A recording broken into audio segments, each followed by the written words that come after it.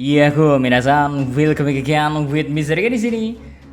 Kalau beberapa serial shonen biasanya takut untuk menghilangkan beberapa karakter populer mereka. Kayak misalnya aja One Piece yang jarang banget atau bahkan sering ngeprank beberapa karakter mati padahal enggak. Berbeda dengan serial Hunter x Hunter milik Yoshihiro Togashi Sensei yang kerap kali menghilangkan karakter-karakter utama pada suatu arc. Meskipun bisa dibilang kalau karakter-karakter tersebut memiliki popularitas sangat tinggi di kalangan para fans. Ya, sebut saja Sang Raja Semut Meruem atau salah satu pengawalnya Pito yang memiliki popularitas dan pembangunan karakter yang sangat mendalam. Bahkan gak sedikit orang-orang yang pada awalnya gak terlalu suka pada Sang Raja, akan tetapi bisa seketika dibikin berempati pada akhir menjelang kematiannya.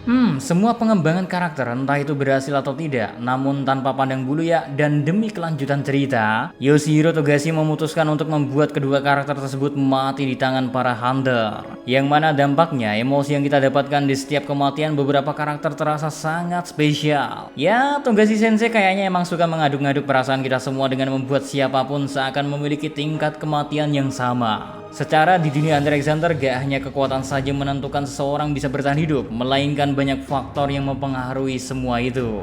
Nah, sekarang melihat beberapa karakter dibunuh dengan sangat mudah pada serial ini, terlepas dari kekuatan dan popularitas mereka. Kira-kira siapa aja yang akan memiliki kemungkinan paling besar untuk mati di arc yang sedang berlangsung, yaitu arc perebutan tahta Kakin. So, tanpa banyak basa-basi gak jelas, monggo langsung aja ke kontennya ge. Let's go! Guys, di posisi pertama ada para pangeran-pangeran Kakin. Ya, perebutan tahta yang berpusat pada anak-anak resmi dari Natsubi Huigoro. Udah pasti para korban yang bakal berjatuhan secara langsung harusnya berasal dari posisi pangeran-pangeran Kakin. Pasalnya, hanya satu orang tersisa yang bisa meneruskan tahta sang raja. Sudah menjadi syarat sekaligus bukti kalau hampir seluruh pangeran Kakin akan tewas di atas kapal Blackwell. Walaupun sebenarnya kalau dilihat dari kekuatan entah itu pangeran pertama Benjamin atau pangeran keempat keduanya diperlihatkan memiliki potensi kekuatan yang lebih berbahaya dibandingkan para saudara-saudarinya. Cuman kekuatan doang harusnya gak menjadi jaminan kalau seseorang akan bertahan dan bisa menjadi penerus dari tahta Kakin itu sendiri. Soalnya banyak hal-hal lain yang bisa berpotensi membuat seseorang itu kalah. Entah itu strategi mereka yang tersusun rapi atau aliansi yang kuat. Kayak misalnya aja kita tahu kan anak buah dari Prince Camilla yang memiliki kekuatan Nen Postmortem, yang tentu kalau digunakan dengan baik harusnya menjadi keunggulan tersendiri bagi Prince Camilla. Belum lagi beberapa pangeran kayak pangeran keempat Seritnis, dia memiliki beberapa musuh di luar kerajaan yang memungkinkan pertarungan bagi dirinya akan menjadi jauh lebih berat. Karena kita sendiri tahu ya, orang yang kemungkinan akan bertarung dengannya adalah Kurapika. Seseorang yang memiliki kekuatan untuk menjadi seorang Nen spesialis juga. Makanya masih sulit rasanya untuk bisa kita pastikan siapa orang yang akan tersisa dan memenangi perebutan tahta Kakin ini guys. Karena setiap pangeran memiliki kelebihan dan kekurangannya masing-masing. Namun yang pasti ya, mengingat hanya satu orang saja yang harus tersisa, maka bakal lebih banyak pangeran-pangeran Kakin lain yang diperlihatkan akan segera menemui ajalnya. Next, di posisi kedua ada Kurapika. Ya, kemunculan nama Kurapika mungkin bukan sebuah kejutan buat sebagian orang. Namun mungkin bakalan ada beberapa orang juga yang gak bisa menerima kemungkinan kan kalau Kurapika menjadi salah satu orang yang punya kemungkinan bertahan hidup paling kecil di arc terbaru kali ini.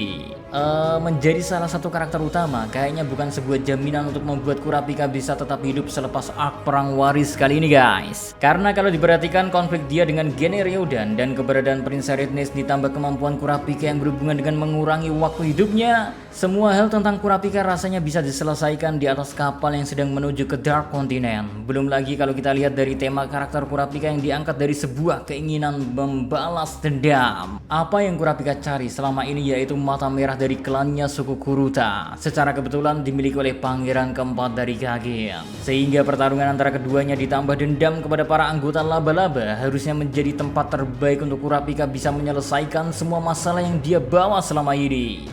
Akan tetapi untuk menghadapi seseorang seperti Chrollo atau para anggota laba-laba lainnya, tentu Kurapika harus dalam keadaan terkuatnya guys, layaknya saat pertarungan Kurapika melawan Ufogin.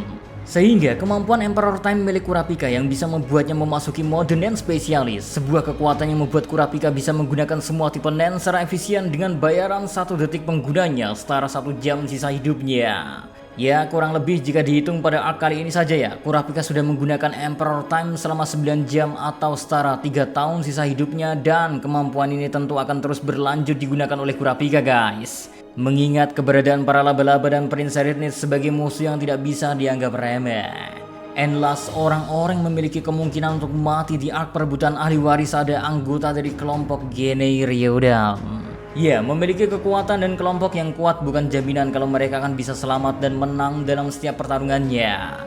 Apalagi mengingat konflik Chrollo dengan Hisoka yang awalnya dikirakan berakhir pada Menara Surga, ternyata jauh semakin memanjang setelah Hisoka bisa kembali hidup menggunakan kemampuan Nen-nya. Dan sekarang Hisoka sedang mengincar one by one anggota dari Gene Ryodan, guys. Kurtopi dan Sarnak yang udah menjadi korban pertama dari pemburuan Hisoka, dan tentunya mereka berdua bukanlah dua anggota Gene Ryodan terakhir yang akan mati, khususnya pada arc perebutan tahta Kagen. Soalnya keberadaan Kurapika ditambah konflik dengan keluarga mafia dan flashback yang selalu dihubungkan dengan kematian, semua tanda-tanda akan hilangnya beberapa anggota dari kelompok Gene Ryodan perlahan-lahan sudah dimunculkan. Ya, melihat dari bagaimana mudahnya Hisoka atau Kurapika sendiri dalam mengalahkan beberapa anggota dari Gene Ryodan, rasanya bukan hal yang nggak mungkin kalau setengah dari mereka mungkin akan diperlihatkan mati di arc kali ini. Atau bahkan bisa aja seluruh kelompok ini, guys, bersama ketua mereka Chrollo akan berhasil dimusnahkan oleh Kurapika ataupun Hisoka.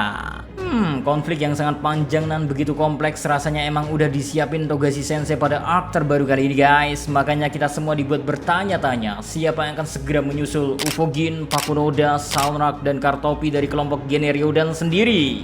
Well, kira-kira kalau menurut kalian siapa aja, guys, yang akan menjadi korban di atas kapal Black Whale?